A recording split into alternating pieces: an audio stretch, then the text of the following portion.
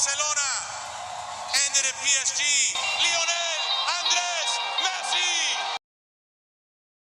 Ronaldinho to Messi. Will he get that first goal for Barcelona? Messi. Oh, Messi!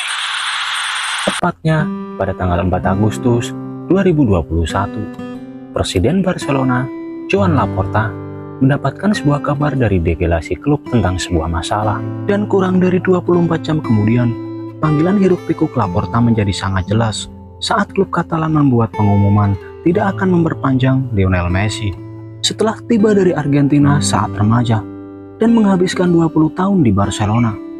Selama waktu itu, Messi menjadi pemegang rekor penampilan terbanyak dan pencetak gol terbanyak untuk Barcelona dengan mencetak 672 gol dalam 778 pertandingan. Dia memenangkan 4 gelar Liga Champions dan 11 gelar La Liga. Dan ia juga dinobatkan sebagai pemain terbaik dunia dalam 6 kesempatan. Dan untuk ke-7 kalinya saat ia pergi dari Barcelona. Tidak pernah terfikirkan oleh para fans Barcelona harus tanpa Messi. Dan tidak pernah terbayangkan Messi bermain dengan seragam klub lain.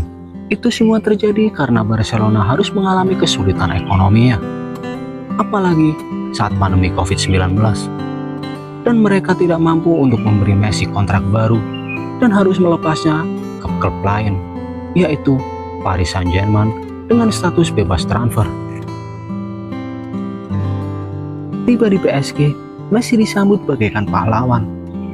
Messi juga harus memulai karirnya seperti saat pertama ia bertanding di Barcelona dengan nomor punggung 30. Pada awal musim 2022-2023 cukup mulus untuk Lionel Messi, walau sempat terjadi insiden dengan bintang PSG yaitu Kylian Mbappe, dan sempat menjadi dua kubu antara Messi CS dan Mbappe Gengs.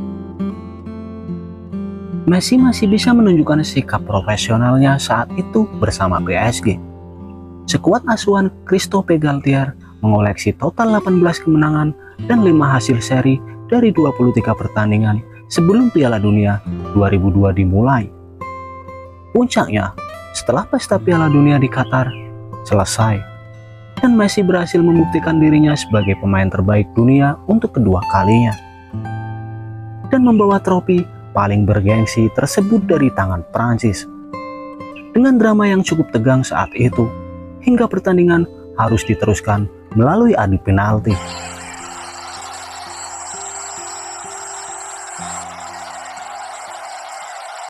Sejak kejadian itu, saat Messi kembali ke PSG, bukan pujian yang ia dapat dari fans, justru cacian, hinaan, bahkan sampai diteror. Messi saat itu lebih banyak diam. Entah ia merasakan tertekan dengan keadaan saat itu atau memang ia sudah tidak betah lagi di PSG. Sejak saat itu pun performa PSG melorot. PSG hanya bisa menuai 15 kemenangan dan 10 kekalahan dan 2 kali laga imbang dalam 27 laga di semua ajang. Itu prestasi yang sangat buruk. Pada akhirnya, Messi memutuskan untuk tidak memperpanjang kontraknya bersama PSG. Mendengar kabar itu, Messi mulai dikabarkan dengan beberapa klub, hingga akhirnya Messi memutuskan untuk bergabung bersama Inter Miami.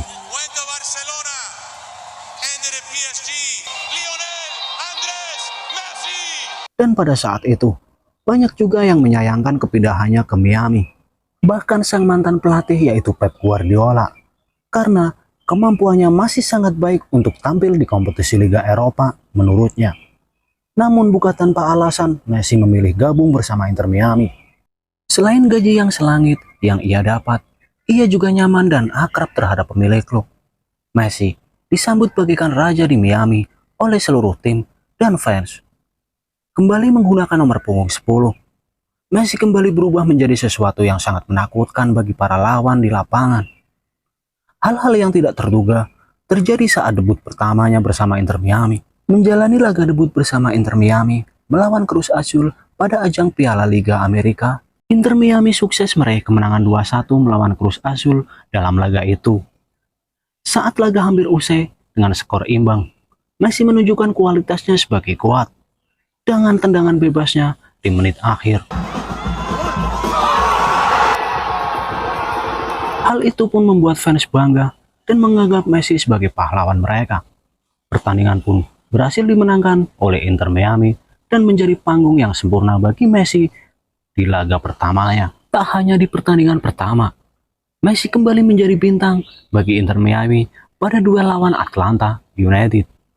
Kali ini, Lapulga bermain sejak menit awal dan berhasil mencetak 2 gol. Di debut ketiganya, giliran gawang Orlando City yang menjadi korban King Messi dengan 2 golnya. Dan di debut keempat, melawan FC Dallas, saat Inter Miami tertinggal 3-1 dalam laga pertandingan tersebut. Semua mengira Inter Miami akan takluk di laga tersebut. Namun, King Messi kembali berhasil membawa Inter Miami bangkit dengan skemanya. Sangat jelas terlihat ia membantu terjadinya gol kedua untuk Miami. Namun, tidak beberapa lama, Taylor melakukan gol bunuh diri. Di menit 80, saat Miami mendapatkan hadiah tendangan bebas, Messi pun segera mengambil bola.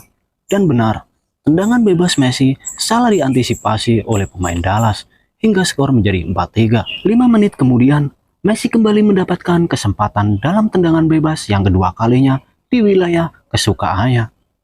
Dan apa yang terjadi? Ia kembali berhasil memasukkan bola ke jaring gawang FC Dallas.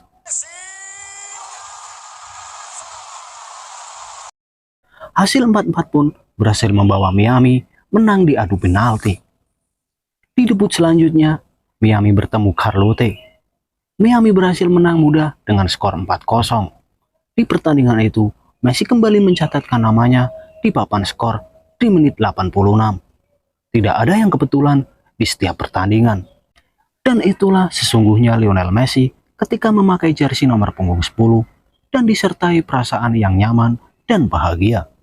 Sungguh mengerikan, bukan? Akankah Messi akan kembali membawa Miami ke jalur kemenangan dan melaju ke final untuk mendapatkan trofi? Patut kita nantikan. Ya, begitulah sedikit ulasan tentang Lionel Messi dengan jersey nomor punggung 10-nya. Terima kasih buat sahabat RFD yang sudah subscribe di channel ini. Semoga terhibur. Assalamualaikum warahmatullahi wabarakatuh.